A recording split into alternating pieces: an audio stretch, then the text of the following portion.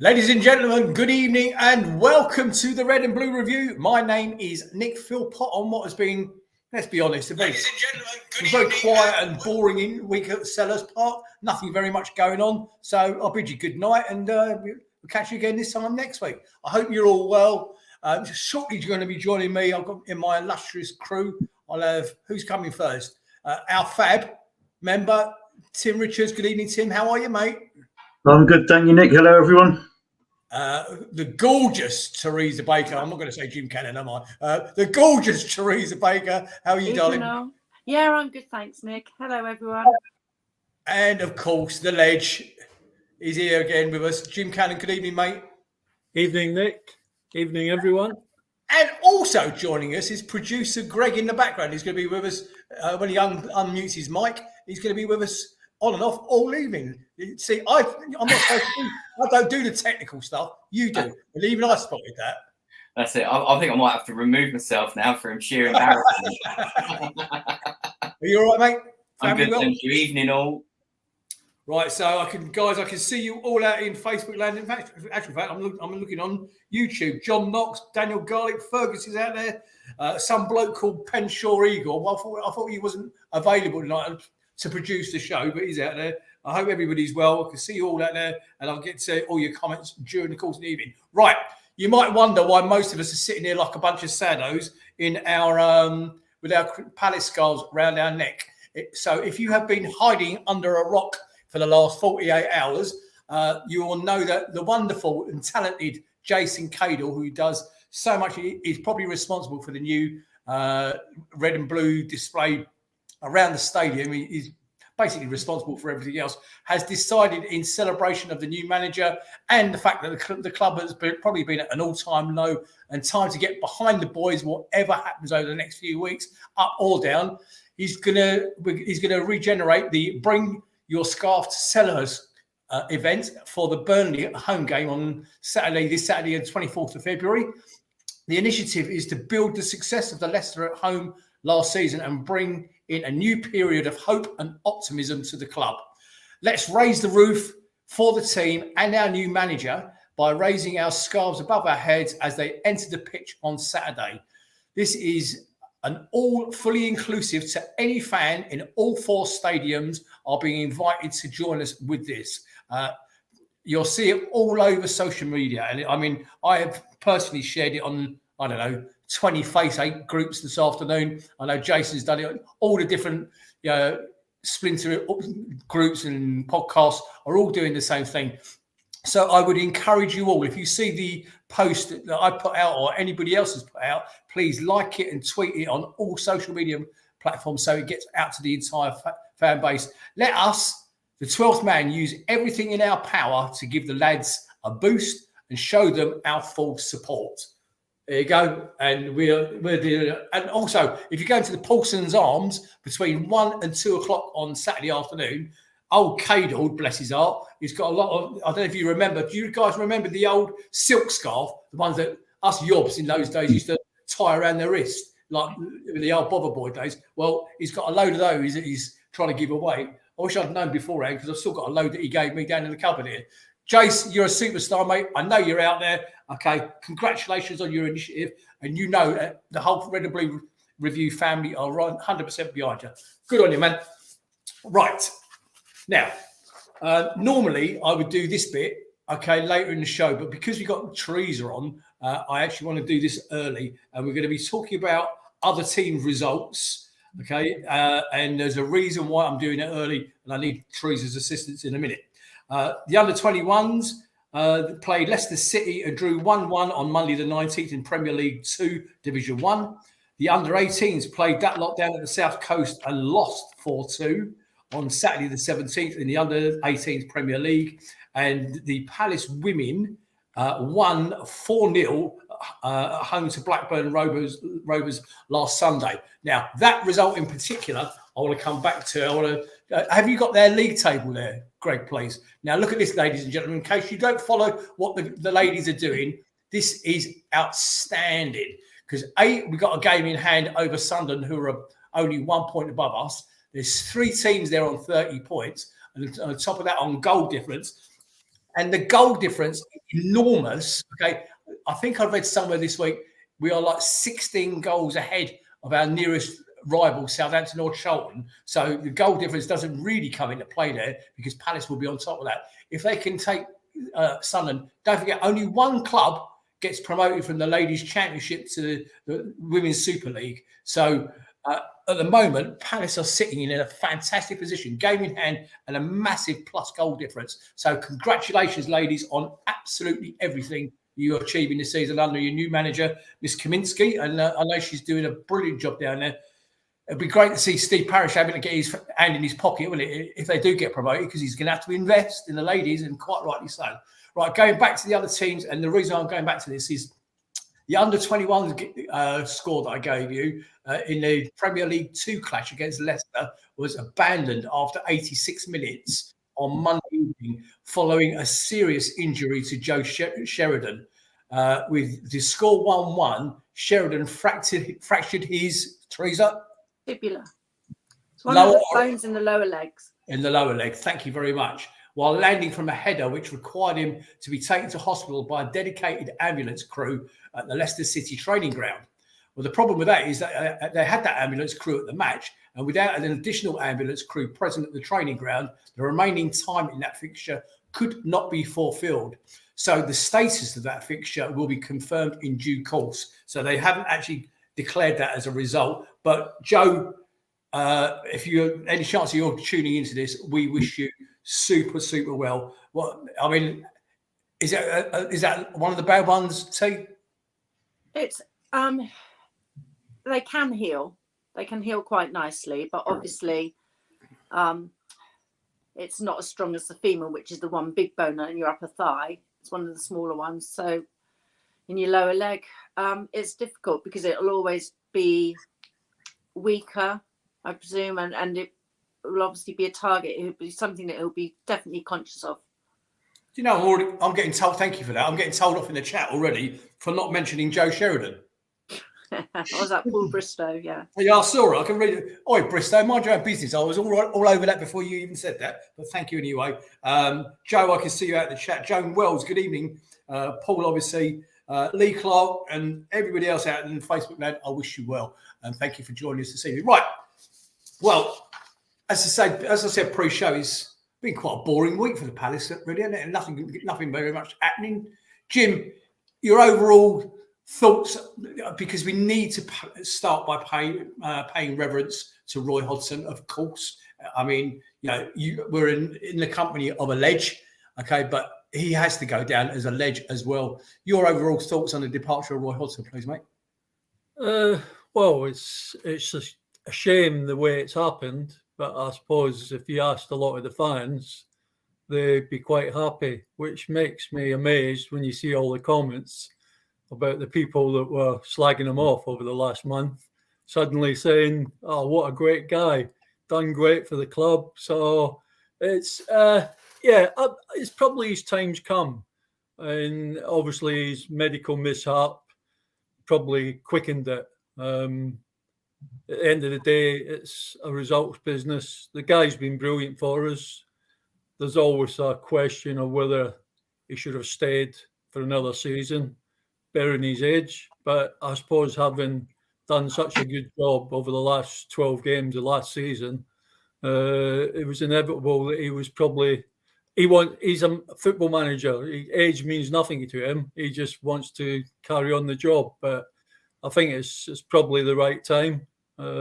Whether the new guy will be the answer, only time will tell. But he's done a fabulous job for Palace, and I think everybody should really, on Saturday, say how they think about him. So it'd be nice to see him. And in fairness, Jim, they started that last night at Goodison, and I don't know if you saw the game last night, but it's in the stands. It was full of Roy Hodgson's songs.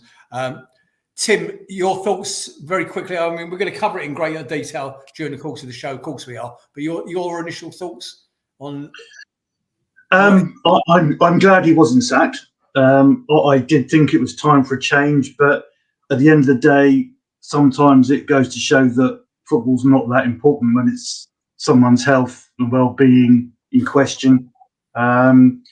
he will always be a legend. Yeah, I thought it was time for him to go, but doesn't detract from the fact what he's done for the club, how much the club means to him. And like you said, I hope on Saturday that's shown. Okay, and Greg, finally with you, because I'm coming to you with a particular question in a minute.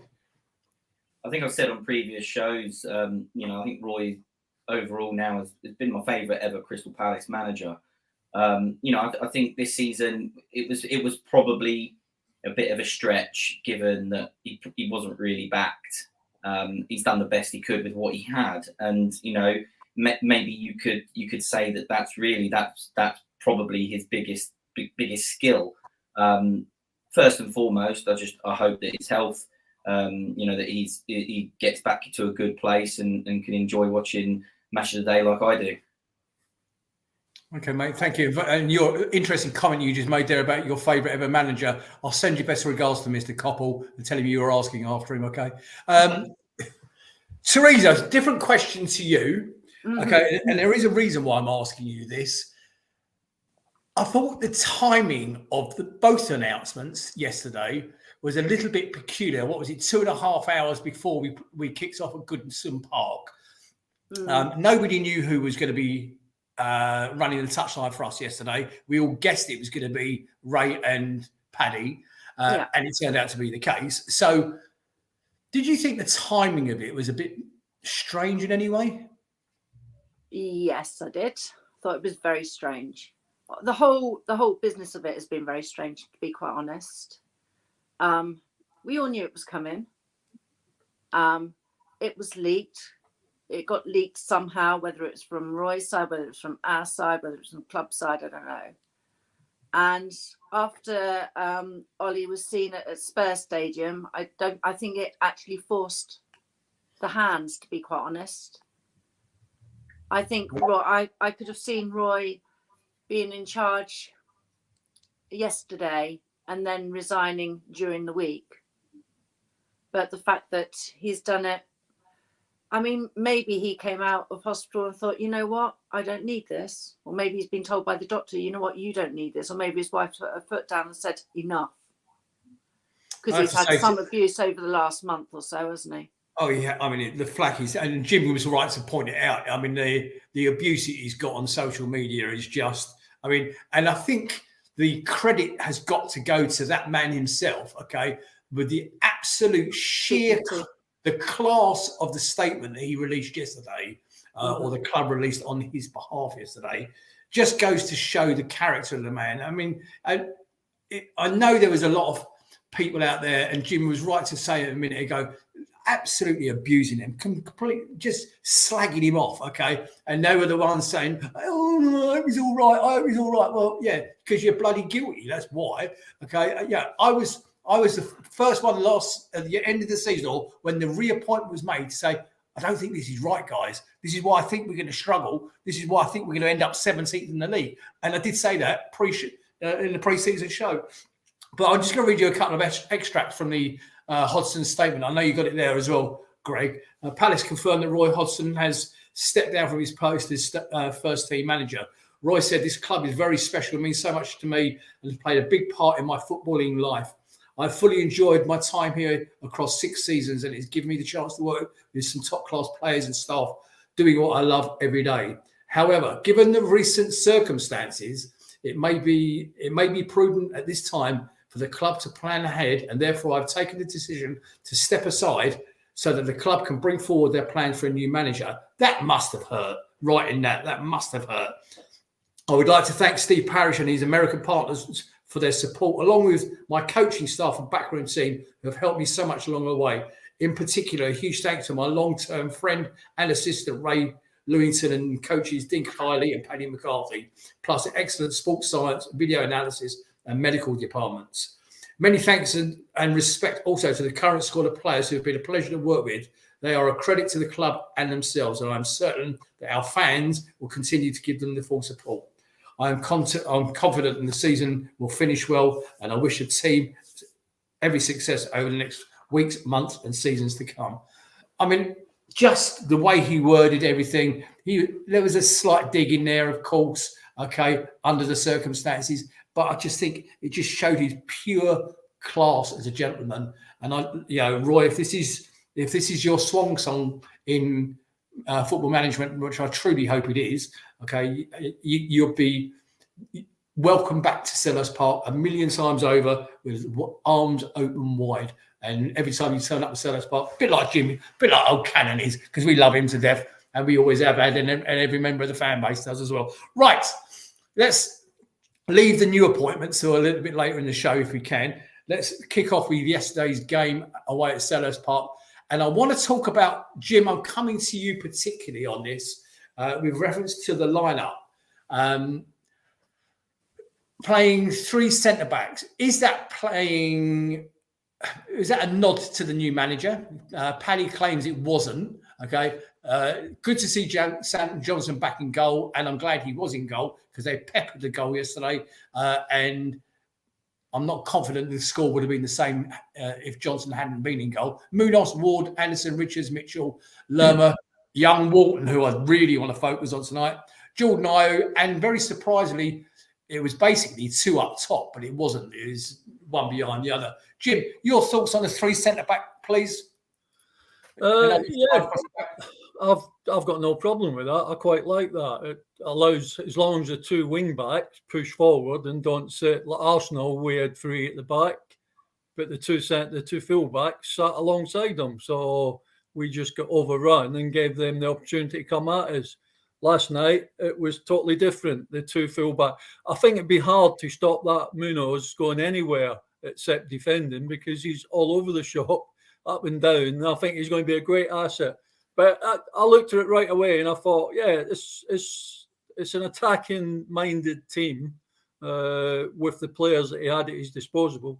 And I was pleased that he did it. It showed that we were going out to try and win the game. Yeah. And so do you think that was a nod to the new manager? Because apparently he favours 3 central defenders or 5 across the back, or whatever you want to call it. No. If Paddy McCarthy says, which he did say after the game, he hadn't met him, then no, that would have been him and Ray Lewington's decision. I can't imagine the incoming manager would have anything to do with that. Yeah, see, Paul in the chat has said new manager seemingly likes to play an attacking wing-back system, which they did last night, which is why I asked the question, Paul, because, I know I saw the same interview that Jim just alluded to with Paddy after the game, and he said, no, actually, I haven't met him. But there's part of me thinks, they knew he was coming in. They knew that was his preferred. He said Paddy was saying, look, we picked the team and we played the system to play the opposition that we got coming against us. We knew that a physical team, which they are. Right, okay, so back to that lineup, if you don't mind, Greg. So, Greg, to you, mate, goalkeeping-wise, are you pleased that Sam is back? Yeah, I think so. Look, it's England's number 2 goalkeeper. No disrespect to Henderson. I think we've got a nice problem to have. I think you've got 2 good goalies, and naturally it's easy to criticise, one over the other. But I do think I think Johnston is the right choice for number 1. He's 30 years of age, maybe towards like the latter stages of his goalkeeping career. But that really could still be easily 5 or 6 more seasons. Absolutely. And you've got Dean Henderson, mid-20s, the natural successor. So for me, it makes perfect sense for Johnston to be our number 1 and Henderson to fill in either when, if Johnston gets injured or maybe cup games. It's a good problem to have. And no disrespect to, the backup keepers like Remy Matthews. You've got Henderson and Johnston. They really are good goalkeepers, and I think if you've got the 2 to choose from, that's a good thing. It's a positive. Absolutely. Tim, before I come to you and ask you about Adam Walton, which I want to do, I noticed out in the chat that Aaron Myers is there from Melbourne. Myers, if you're awake at this time in the morning, whatever it is over there, why the bloody hell aren't you on the show? Tim, Adam Walton, what have we unearthed in this kid here? Yeah, I mean, he's one of the names I put down in the notes to mention. To see a player of that age and that lack of Premiership experience to be as calm and as assured on the ball as he is, with the ability to play the ball forward the way he does, I think what we paid for him is another bargain. I think he's a great find, and I think, you know, going forward, he's going to be brilliant. I just want to mention Munoz as well. I think Tony Quinn, was it, questioned his defending. I thought he defended really well last night. There were several times he got good blocks in, and he's great going forward, which is what we've been asking for. So I think both of those have been some good buys, I think. And I think you underestimate what you just said there, Tim, because I think you are absolutely bang on the money. Somebody just said in the chat they think Wharton is potential England midfielder. I know we're probably flooded with that sort of position, but I mean, the way when he's got the ball at his feet, he's not looking down at his feet or looking back at the keeper. He's doing this straight away. His vision is this, and he's looking to where the ping ball. Just imagine when he gets into a team with people like Elisa and Eze, even Decore when he comes back next year. Yeah, that guy, I think you're right, Tim. They've just unearthed an absolute gem. And yeah, I heard on Hopkins' podcast, I think it was yesterday, he's talking about the fact that, you know, this time next year, that player will be an £80 million player because he's absolute star quality. Jim, your thoughts on Wharton very quickly before we move on to the game. Yeah, he looks a good find. He's got a good football brain on him. Some of his passing. The thing that stood out was how calm he was. Yeah. And every time he got the ball, he had space. It's a sign of a good midfield player. Thank you, mate. Tim, do you want to cover the game? Yeah, I'll put some notes down. So I'm not going to go through minute by minute because I think, let's face it, apart from a couple of points, it wasn't the biggest football purist game. But what it did have, it had both teams putting effort in, a lot of passion. I thought I was very pleased with the setup. The only thing I would say is Edouard, I'm not sure about him. He's whether his confidence, I just don't think he's up for it. I would have loved to have seen França start instead of him. But I think as the game started as we expected, we were compact, letting Everton have the ball, but they really didn't do very much with the ball. During the first half, they huffed and puffed a lot, but we were really comfortable. And I want to mention Richards as well. I mean, apart from having a top quality surname, again, in defence, he didn't look out of place at all. I thought he looked really assured. He covered Calvert-Lewin really well. There were a couple of times where I did have chances. He was there. But the first half, really, there wasn't an awful lot of points. Yeah, they had a chance when Pickford lumped the ball forward and Calvert-Lewin. But again, he wasn't given a free header and he put it wide. We were very comfortable. I'd say, again, you could tell how comfortable we were by the crowd. I mean, we all know what Everton's like. We all know what it's going to be like going there. It's a difficult game, especially when their backs are against the wall. Both teams are struggling. But I thought we played really well. We kept them quiet. The crowd really wasn't in it. So that's pretty much the first half. Again, you've already mentioned it, Nick, but I did want to mention Munoz and Wharton, because I thought during the game, first half especially, for the very points that you've mentioned, they were outstanding. And it was so pleasing to see the team play like that. When you think what it was like at Everton when we were 2-0 up at half-time and ended up losing 3-2, how they just capitulated, I was very pleased.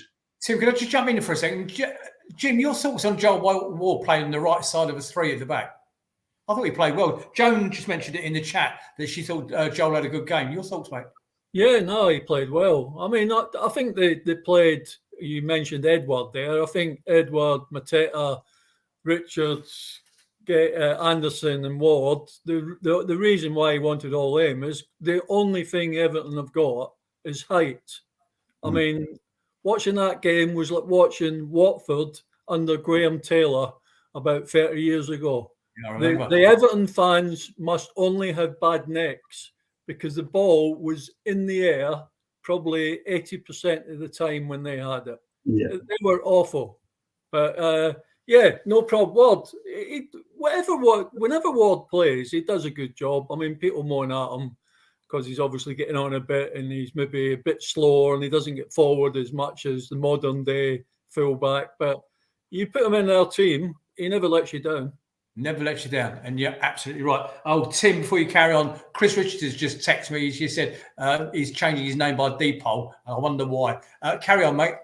Well, he won't be changing it to Philpott, will he? So yeah. So going into the second half, again, as I think we all expected, Everton, as Jim mentioned, again just back to pumping the ball forward, and for 99% of it, I thought we handled it pretty well, pretty comfortable. The three players I wanted to mention in the second half: Mateta, Edouard, and Johnson. Now, Mateta, I've been one of his biggest critics because, for me, he just hasn't done what a big striker, should do. But the last couple of months, I don't know what's happened to him, but the difference in the level of performances that he's put in has been exceptional. And again, yesterday, it was exactly the same thing. He was holding the ball up. He was using his size was making a life nightmare for the defenders. And that's what led to Ayew's wonder goal. I mean, the ball knocked onto him. He controlled it. He held off at least two Everton defenders, controlled the ball, lovely pass into Ayew. Again, quick first-time shot. Pickford, no chance. Palace 1-0 up. And to be fair, I don't think you could complain with that. Yes, stats may say one thing, but to be fair, Everton really didn't do very much with the ball. Of course, then it went on. Everton brought some subs on and just lumping the ball up as they do. And for a majority of it, we did do well. We defended well. But then, of course, a corner comes. Johnson flaps, misses it, and they equalise. And I've seen on social media today, and I've seen reports, comments, people blaming Johnson. And yes, you could say Johnson was at fault for that. Really?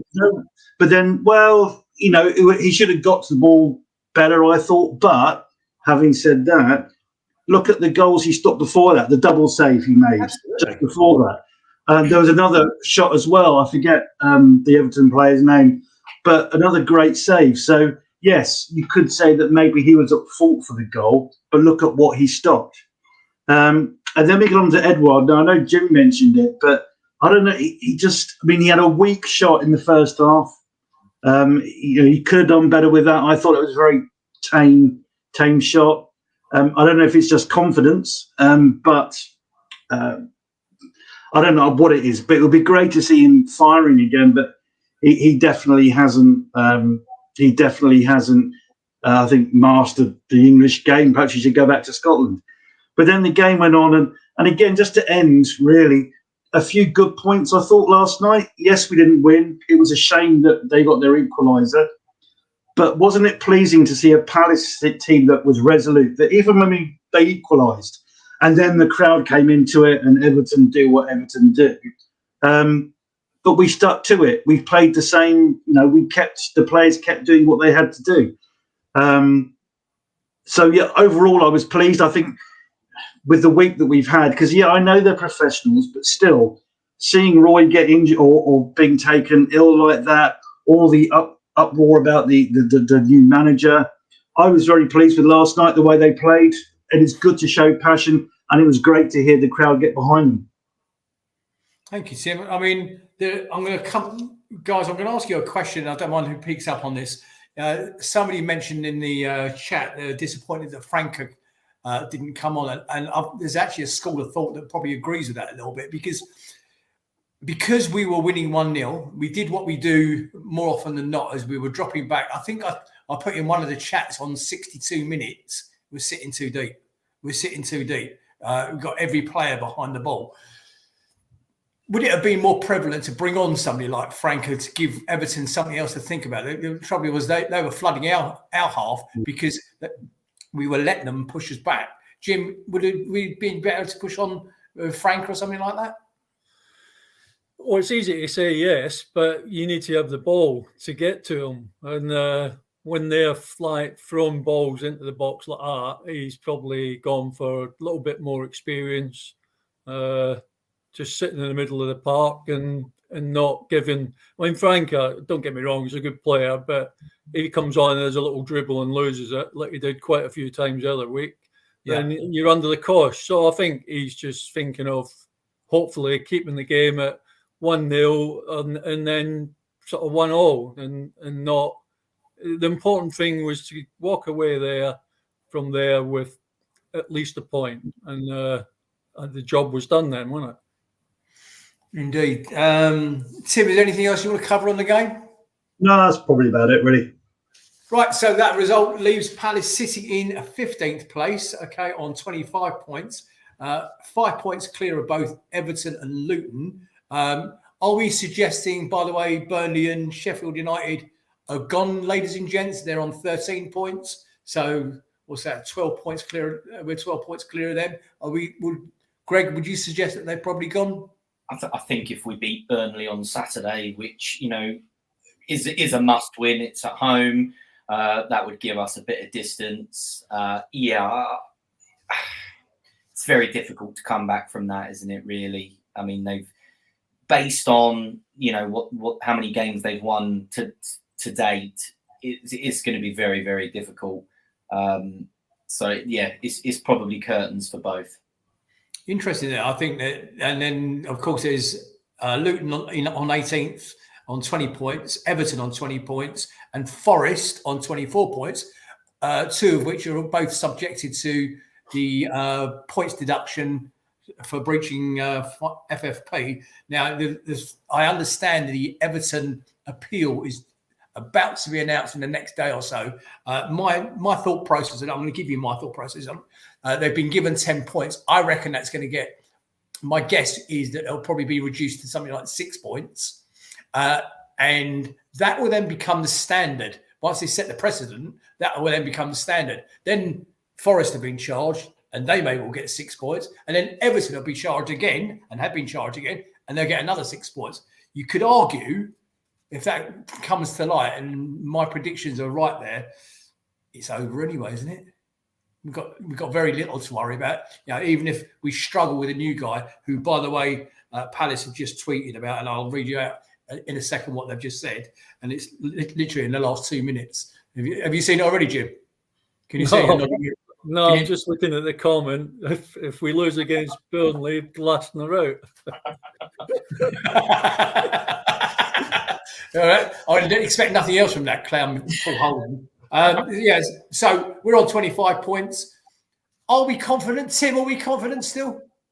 I don't think we can ever be confident until it's mathematically safe, can we? I mean, I forget which season it was where we went down with the unluckiest number of points. No one would have thought we would have gone down in that season, but we did. So until it's mathematically safe, I don't think you can be confident. I think it's 4 wins, or 3 wins and a couple of draws. And the reality is the games that we've got coming up, we are playing all the teams in the mix, and they're the games you have to go out and win. And I think there's Spurs in there, there's Villa. If you can cream points from those games, not necessarily wins, just draws, then that will see us. I think we've got enough this season. There's enough quality. It won't be pretty, I don't think, but I think there's enough to get 17th or above. Before we move on, Teresa and Jim, I'm asking you both this, okay? I say they're on third. Those two down at the bottom are on 13, and then there's Luton and Everton on 20. What do you think the cut-off is going to be this year? It's going to be low, isn't it? It's going to be very low. Ladies first. 24. 24? Really? Well, that makes us already safe then. I can't see Burnley or Sheffield United getting 1 points unless they play each other. And I agree with that, but it's going to be one of the other three in it: Forest, Everton, and Luton. Okay. Well, 35 then. There you go. All right then, Jimbo. Yeah, well, you always look at the bottom 2 or 3 clubs, don't you? And you sort of gauge a points total based on them. I can't see any of them getting 35 points, to be honest. Luton are the dark horses. I mean, everybody expected them to be down where Sheffield United and Burnley are, but they keep putting in good performances and getting decent results. So, yeah, 35 points. I mean, we only need a few more wins. We beat them. We beat Burnley and Luton. I mean, I'm hearing comments, so I'm not too sure. I've felt worse in other seasons than I did do this season because of the quality of the players that were waiting to come back in over the next 2 or 3 weeks. And you raised that I would agree with. Plus you raised a good point. the 2 additions that we've just added during the window. We'll be fine. We'll be fine. And I think you're right, because my understanding is Geehy could even be back this weekend. So, again, another point well made. Right, Teresa, we're going to be coming on to the new manager now, of course. But Palace have just tweeted, and I've lost it. So, Crystal Palace are pleased to confirm the appointment of Oliver Glasner as manager. The 49-year-old Austrian, not German, as was put on social media the other day, Austrian, has signed a deal to become the Palace boss until the end of 25-26 season.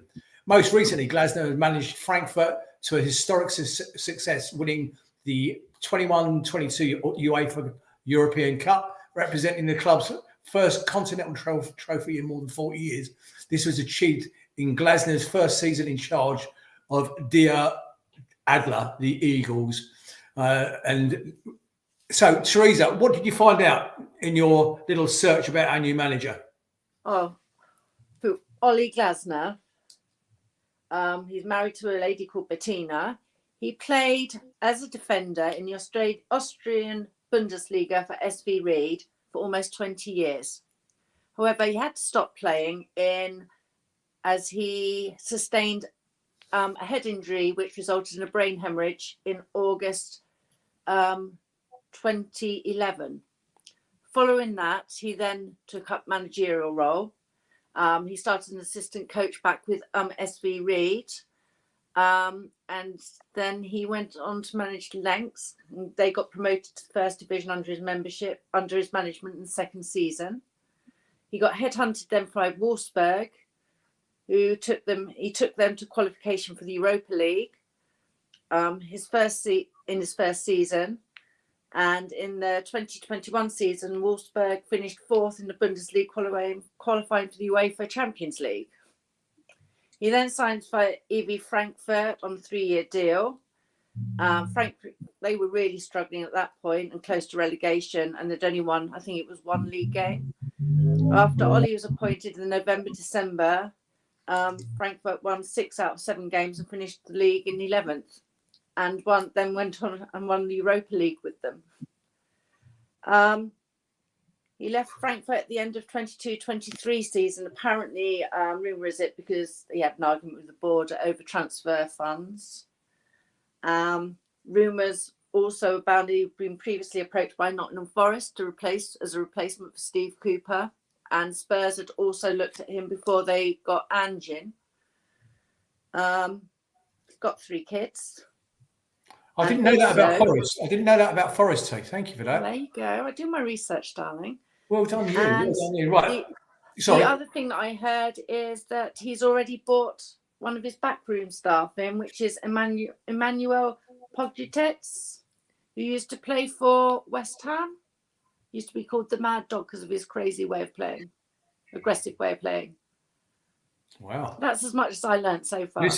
Listen, far more than I was expecting.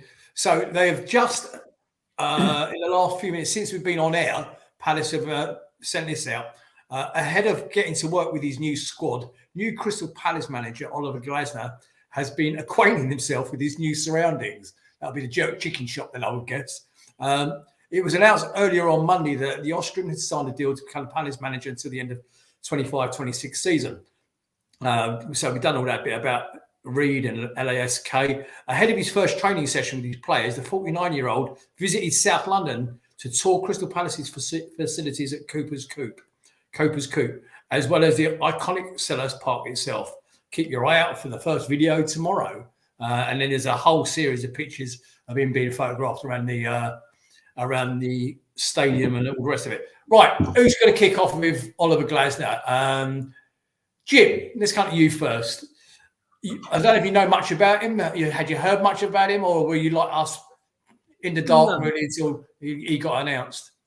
No, well, you've heard of him through the football fraternity, but I mean, he sounds a good addition. He's obviously won in Europe. He's played in the highest managed teams in the highest leagues in their countries. So yeah, and we were all saying that Roy's getting a bit long in the tooth, getting a bit old, and we wanted somebody younger and somebody that had more ideas. So yeah, it'll be interesting. Hopefully he does well, but I hear he's a more attacking-minded, high-pressing manager, and that's a way I would like to see our team play, especially at home. So yeah, it all looks quite good at the moment. Yeah, it's quite interesting what you. Sorry, go on, love. I was going to say, having listened to Jesse March on Monday Night Football, which I think practically half the Palace or all the Palace fans did that weren't travelling to the match, who literally went into the tactics of Ollie Glasner in kind of great detail of how attacking he is. And all I could think of, that would be so exciting to see Elise and Eze on the pitch with those kind of tactics. And coming back, so Lee Lockwood posted a question in the chat. Do we think that our top players could possibly stay because of the new manager and his change of tactics? And yes, Lee, I think they possibly could. I think it's quite interesting that he left one of his former clubs or a fallout, and I did have a wry smile when you read it out a minute ago too, that he left one of his former clubs after a fallout with the board over a transfer budget. Well, at least you bloody have one, mate. Yeah, I can't guarantee you're going to get one here, but there you go. It's really strange. Greg, your overall thoughts on the new man? Did you know anything about him before, Ed? I didn't know much about him, but what I think is quite interesting, and I've been searching my mind, trying not to cheat on a famous encyclopedic website, but Terry Venables has won trophies. How, aside from like league titles, I guess, like from like the championship or whatever, have we ever had a manager that's won a major honour? So now we have Oliver Glasner. There's a Europa League trophy in his cabinet. That's Europa League experience. Roy had Europa League experience, obviously getting Fulham to the final, but didn't win. So having a manager, I think he's 49, not being ageist, but that clearly is a younger manager with European pedigree, managing in Germany with Wolfsburg and Eintracht Frankfurt. They are two, two of the more sort of progressive sides in the Bundesliga. Yeah, they're not minnows. That's what I'm searching for. I think it could be quite exciting. I've read that it's a counter-attacking style sort of play, which I think that could be quite exciting for Palace. On the break, I think it's the change that we all probably want. It's really difficult to guess how he's going to set us up moving forward. I've wondered, will he look to some players he's worked with in the past? And there's one player that sort of stuck out in my mind based on our current needs and his previous relationship. And I think he's on loan at Besiktas at the moment, but I do wonder, I think he's 30, so again, it's towards the twilight of his career, but I wondered if Wout Weghorst might end up at Palace as someone that Glasner knows and trusts and got the best out of. And I feel like that could be quite a Palace kind of signing. I know he didn't set the world alight at Man United, but I think coming to Palace might be a good option for him. And yeah, that's something that sort of piqued my interest. But look, overall, no disrespect to Cooper or Potter, who ultimately probably is sort of more West Hamable, in terms of where they'll probably end up. I think we've got a good option and a bit of an unknown, but a good option. Thank you, Greg. That was really interesting, mate. That was fascinating. Tim, we got our fingers burnt with Frank de Boer, our only soiree, if you like, into a European manager. Any doubts in your mind? no doubts at the moment. I just hope that he gets the backing. Frank de Boer's an interesting one. I thought he was on a bit of a hiding to nothing because he was brought in to change the way Palace played and to brighten things up, but he wasn't given any backing. So it's a bit like giving a mini to a Formula One team saying, make this a Grand Prix winner, but we're not going to give you anybody to put a Ferrari engine in. So I'm hopeful. I think things are slightly different with the board and backing now. He's certainly got a better squad. So yeah, it should be exciting times. I'm going to tell you guys a very quick story about for somebody who I really trust, and it's one of my sons. He doesn't support Palace; he's a Chelsea fan, and he was saying to me, he walks into the front room yesterday, and he said, "Oh my God, Dad, do you know what you've just done?" And I said, "Well, I know he's quite a highly respected guy, and he said you could Potter, Cooper." He said, "They are no marks when it comes to the pedigree of the guy that you've just signed as your manager. If they can support him and back him, you've got yourselves there who will be destined for a top class club." Yeah, bless you, Teresa. And no disrespect to Palace, he said, I can just see him going on to bigger and better things. I think Potter will end up at Man United, if I'm honest with you, and I really do. I don't know why I've got it in my head that Potter will end up at Man United, but he can go and kiss my arse now because I don't care about Potter. I was very keen to have him on board, but if my son James says he's a good addition, I mean he's a good addition. So earlier in the season, people, we made some predictions. Jim, I can't remember what you said. I know you don't do predictions, league position there. What did you actually come up with in the end? Haven't a clue.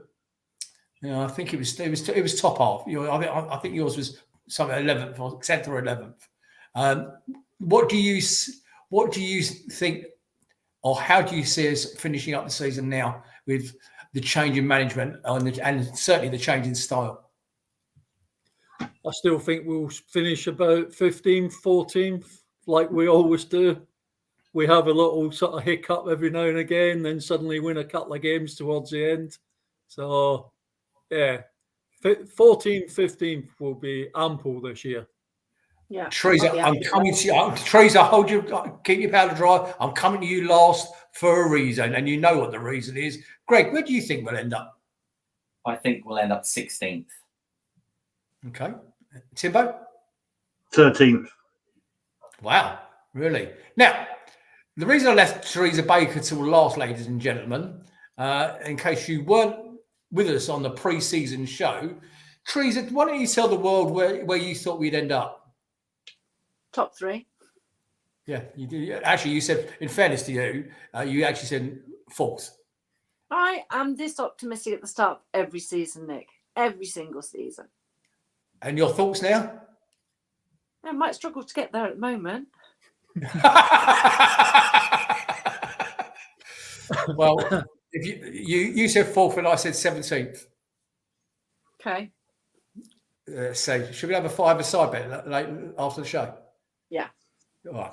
Okay, right. Greg, fixtures, please. Because I want to have a look at some of these games that are coming up. And I think it was you that mentioned the Spurs game, which is obviously going to be a particularly tricky game, and the Newcastle game, also a very tricky fixture. But in amongst all of that, of course, this Saturday, and I think this will be, I'll be disappointed if we don't come away with sell us on Saturday without a victory. The Luton game is very much a winnable game. It's at home. Forest, I think we can get something at Forest. And I think we can get something at Bournemouth. People are looking at those. So what we got there, 3, 6, 9, 18 points available. I'd like, out in Facebook land, I'd like your thoughts, please. Out of those 18 points, what do you think is an acceptable amount, and what do you think we're going to get? I'd be interested to know. Greg, I'm going to ask you first. Out of those 18, what do you see from that? Okay, so I think my expectation in terms of Palace staying up, doing it well, comfortably, and hopefully what we expect. I think 13 points. I think you've got to get your 4 wins, a draw, and a loss. I think the loss will be at Tottenham. I think we'll get a draw away at Newcastle. Or I can't remember if it was home. Sorry, let's have a look. Away, no, I think we'll get a draw at home, and you've got to go to Burnley, Luton, Forest, and Bournemouth and get the wins.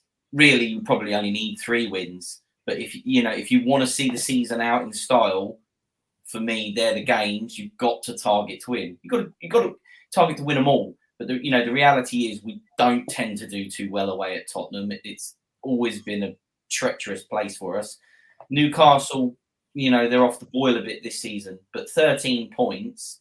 That's it. What, we 25 points now? 38 points. That's us done. And really, if we do only get the 3 wins, we're on 35, which is, I think, will be more than enough, and that'll be it.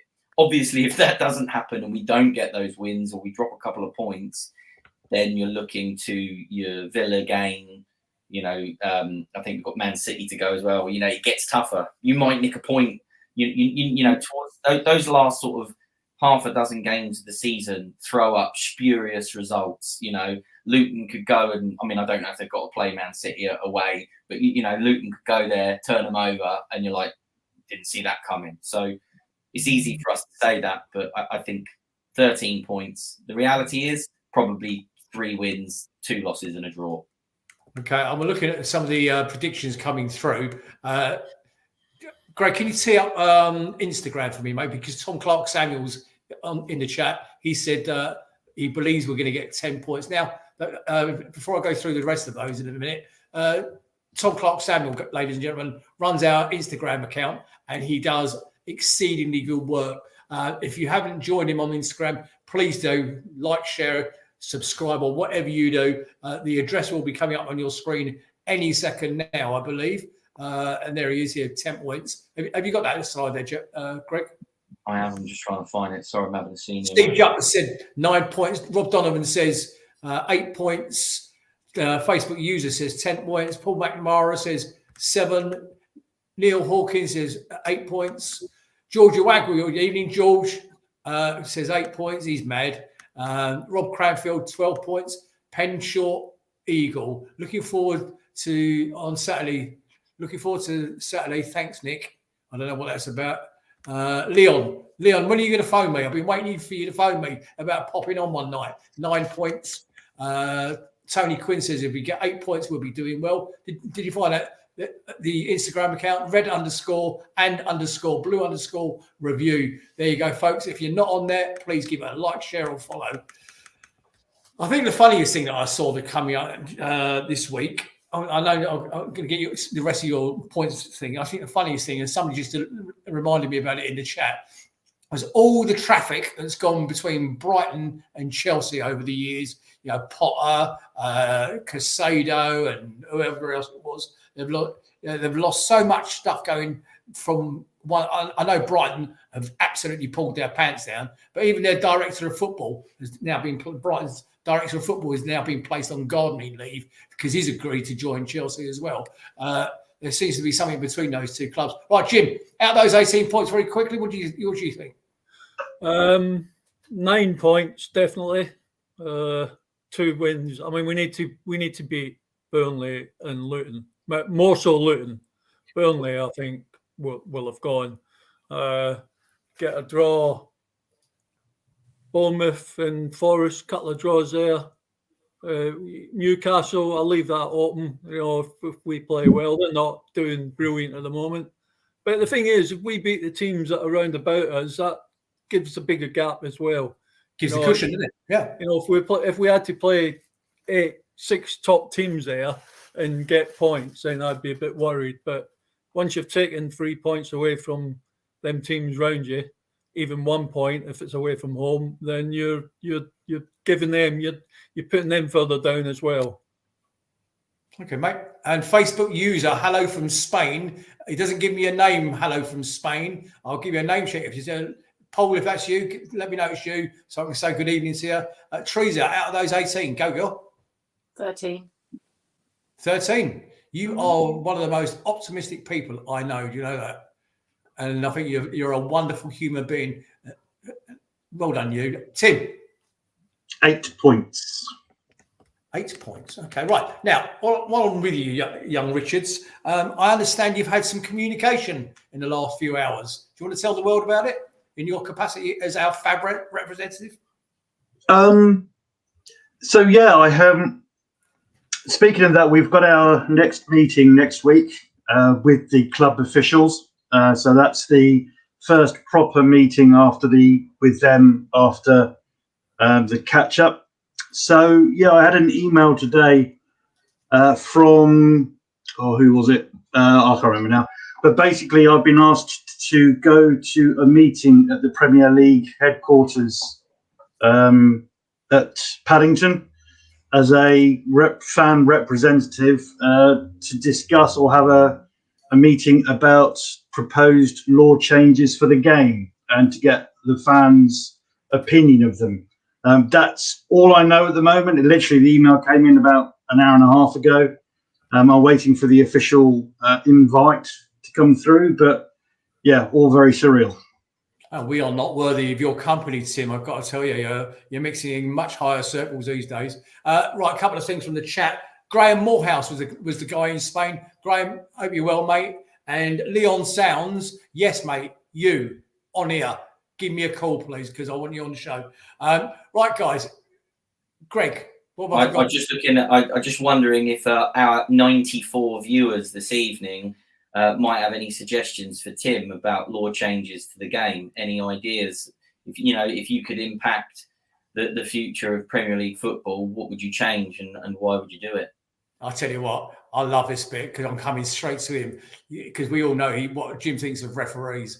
Okay, here you go, Mr. Big C, over to you. One law you could change right now, off the top of your head, no rehearsal, no pre-warning, go. I'll get rid of VAR. Would you though? Would you actually get rid of it because it has its use? I would use it only for offsides. The rest of the game, penalties is a joke. I mean, well, there's a rule you can sort out. The penalties. Handball. Penalties, if it's you mean to handball it, it's a penalty. If you don't mean to handball it, no matter where it hit you, it's not a penalty. Paul, the real panel says all goals against Palace are ruled offside. Would be the rule he'd change. Tim. Yeah, the one thing I am going to bring up, and I do think would make it better, is to basically limit VAR to 30 seconds to make a decision. Because with all the camera angles they've got, if they can't make a decision within 30 seconds, it can hardly be a clear and obvious error, which is what VAR is supposed to be doing. So I'm going to make that comment and see what happens.